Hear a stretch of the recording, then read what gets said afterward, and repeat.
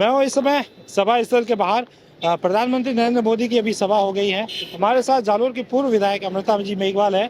बात करते हैं क्या माहौल चल रहा है लोकसभा चुनाव को लेकर भी। आज यहाँ पर मंच पे भी मौजूद थे।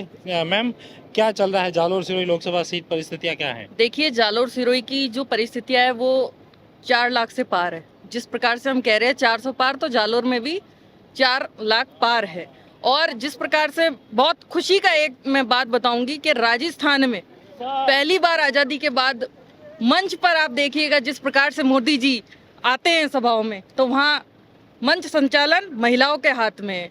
तो मोदी जी को बहुत बहुत धन्यवाद दूंगी कि ये भी एक ऐतिहासिक कदम है। और आने वाले टाइम पे जो आप महिला आरक्षण को लेकर जो बिल आ रहा है, उसके लिए मैं मोदी जी को बहुत बहुत धन्यवाद दूंगी, क्योंकि उस बिल से आप यकीन नहीं मानेंगे, कई जगह पर जो महिलाएं बहुत एक्टिव है। बुरा मत मानिएगा, कई बार क्या होता है, पुरुष सोचता है कि भाई महिलाओं को आगे ना दिया जाए। अभी तक कहीं ना कहीं ये देखने को मिलता है, पर महिला आरक्षण बिल आने के बाद महिलाओं को मौका मिलेगा और महिलाएं विधानसभा में और लोकसभा में वहाँ पर अपनी भागीदारी निभाएगी और विकास और जो उन्नति के पथ पर हमारा जिस भारत को हम देखते हैं, वो भारत अखंड भारत के रूप में आएगा। जालोर सिरोही सीट पर हॉट इसलिए भी हैं क्योंकि पूर्व मुख्यमंत्री के बेटे हैं, तो टक्कर तो बताई जा रही थी, लेकिन आप क्या मानते हैं, टक्कर है? देखिए, किसी प्रकार की कोई टक्कर नहीं है। जालोर सिरोही लोकसभा जो है, वहाँ पर हमारे जो लूंबा राम जी, हमारे बड़े भाई जो अभी जिनको टिकट मिला है, वो यहाँ के लोकल है, यहाँ परिवार के हैं हमारे, कहीं प्रवासी नहीं है, बाहर के कहीं से आए हैं। तो जालोर के लोग पूर्ण रूप से मतलब अशोक गहलोत जी अपने बेटे की राजनीति चमकाने के लिए यहाँ भेज रहे हैं। कोई जालोर के लोगों को क्या समझ रखा है अशोक जी ने?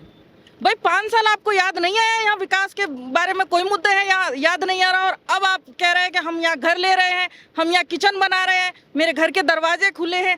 अरे 5 साल पहले कहते तो हमें भी अच्छा लगता है कि यहाँ का मुख्यमंत्री बने थे आप, यहाँ कुछ विकास के कार्य किए आपने, तो जो थोड़ा बहुत विकास जो काम सैंक्शन हुए थे उसमें भी घोटाला कर दिया है, और युवाओं के साथ तो इतना बड़ा कुठारा घात किया है।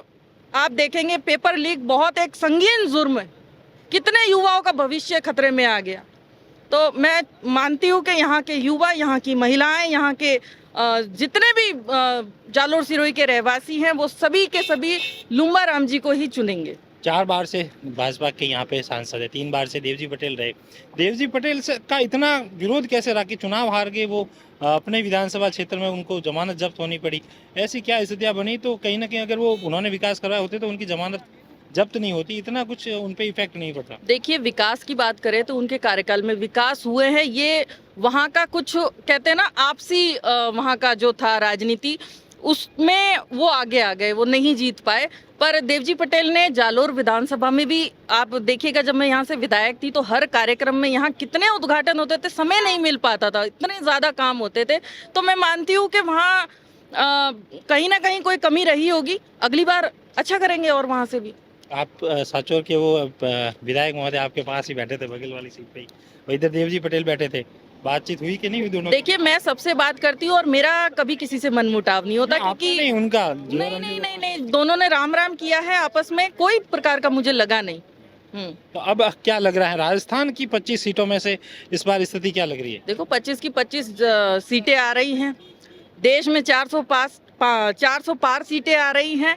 तो आप तो अब खुशी की तैयारी करिए कि जो भी थोड़े बहुत काम, वैसे तो मोदी जी ने जितना कहा था वो सब करके दिखाया है, और भी जो 1-2 काम रह गए ना, वो इन 5 सालों में हो जाएंगे। बाड़मेर की सीट अपने पास की सीट है, स्थितियाँ क्या है वहाँ बीजेपी की? स्थिति ये है कि कैलाश जी जीत रहे हैं वहाँ से। जनता समझ गई है हमें वोट कहाँ देना है, और यहाँ मोदी जी की बात है, मोदी जी को वोट देना है।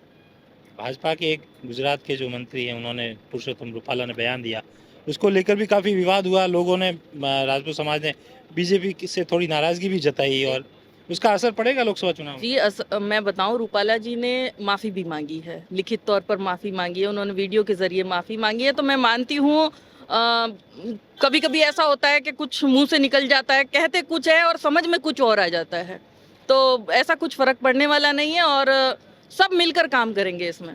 अब जालोर की जनता अमृता मेघवाल को कहाँ देखना चाहती है? वो वापस उनके बीच में, या उनका क्या है नेक्स्ट स्टेप, क्या है राजनीति में प्लान क्या है? देखिए, राजनीति में मेरा तो प्लान एक पार्टी का काम करना है। मेरे को कोई लालसा नहीं है कि मुझे पार्टी टिकट दे तो ही पार्टी में काम करना है, या पार्टी ने कोई बड़ा पद मिले तो ही मुझे पार्टी में काम करना है। जब तक मैं इस संसार में जीवित हूँ ना, तब तक भारतीय जनता पार्टी में मैं रहूंगी, उसके लिए काम करूंगी।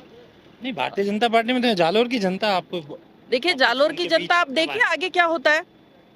बाकी काम कर रहे हैं पार्टी में, जो पार्टी को लगेगा वो हम काम करने के लिए तैयार है। तो ये थे जालोर के पूर्व विधायक अमृता जी मेघवाल। 25 की 25 सीटों पे दावा है और जालोर में 4 लाख से पार जीत बता रहे हैं। धन्यवाद।